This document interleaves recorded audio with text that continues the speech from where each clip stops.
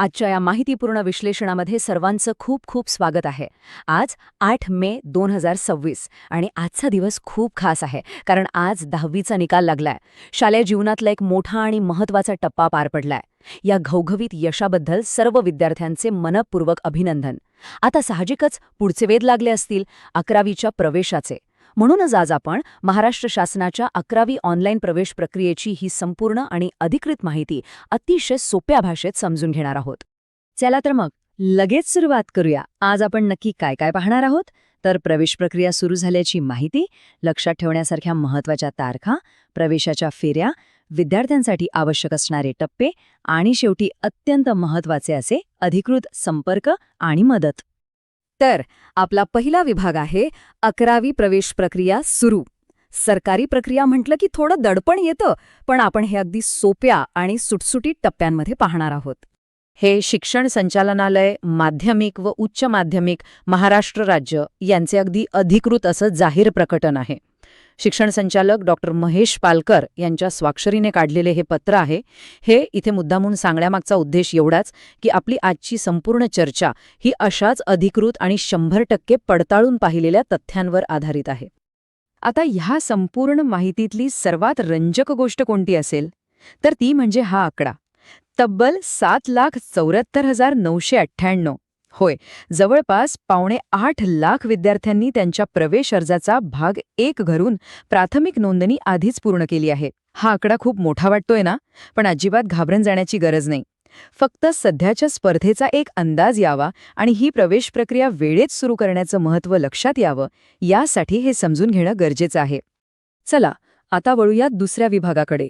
लक्षात ठेवण्यासारख्या महत्त्वाच्या तारखांचे हे दृश्य स्वरूप संपूर्ण प्रवासाचे नियोजन करण्यासाठी खूप मदत करेल.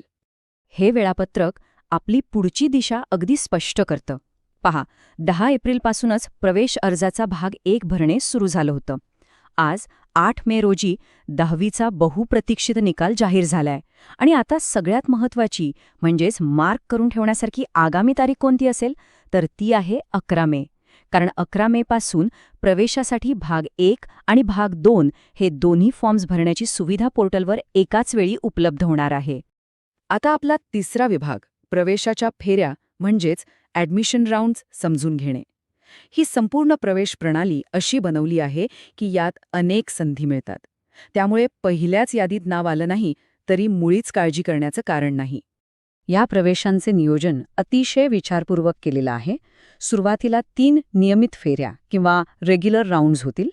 त्यानंतर एक अत्यंत महत्त्वाची 4थी फेरी असेल, जी सर्वांसाठी खुली म्हणजेच ओपन टू ऑल असणार आहे. आणि त्यानंतरची 5वी फेरी ही केवळ मुलींसाठी एक विशेष फेरी म्हणून आयोजित केली जाईल. तसेच 0 फेरी आणि पहिल्या नियमित फेरीचे सविस्तर वेळापत्रक लवकरच जाहीर होईल.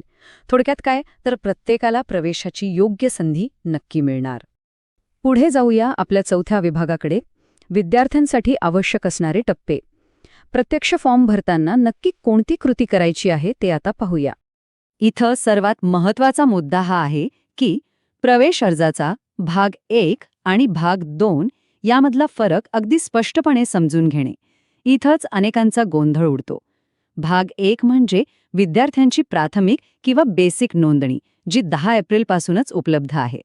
आणि भाग 2 म्हणजे प्रत्यक्ष महाविद्यालयांची नावे आणि पसंतीक्रम म्हणजेच आपले प्रेफरन्सेस देणं.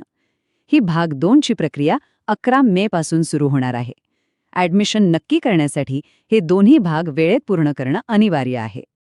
आता वळूया आपल्या शेवटच्या म्हणजे 5व्या विभागाकडे, अधिकृत संपर्क आणि मदत. फॉर्म भरताना काही तांत्रिक अडचण आलीच तर काय करायचं? त्यासाठी शासनाने काही अधिकृत संपर्क साधने उपलब्ध करून दिली आहेत. प्रवेश अर्ज भरण्यासाठी एकमेव अधिकृत पोर्टल आहे mahafijeadmissions.in. जर काही तांत्रिक अडचण आली तर support@mahafijeadmissions.in या अधिकृत ईमेलवर संपर्क साधता येईल.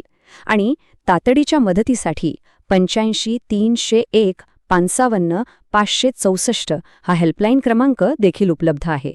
सर्वांनी एक गोष्ट नक्की लक्षात ठेवावी की ऑनलाईन प्रवेशासाठी केवळ याच अधिकृत आणि पडताळणी केलेल्या माध्यमांचा वापर करायचा आहे. तर 11वीचा प्रवेश प्रक्रियेचा हा संपूर्ण नकाशा आता अगदी क्लिअर झालाय. 11 मे रोजी प्रवेश पोर्टल पूर्ण क्षमतेने सुरू होत आहे. सगळे टप्पे, तारखा आणि फेऱ्यांची माहिती आता आपल्याला मिळाली आहे. तेव्हा या विश्लेषणाच्या शेवटी एकच प्रश्न उरतो. ज्युनियर कॉलेजच्या या नव्या आणि रोमांचक प्रवासाची झेप घेण्यासाठी पुढची पिढी पूर्णपणे सज्ज आहे का? नक्कीच असणार. यापुढील शैक्षणिक वाटचालीसाठी सर्वांना खूप खूप शुभेच्छा.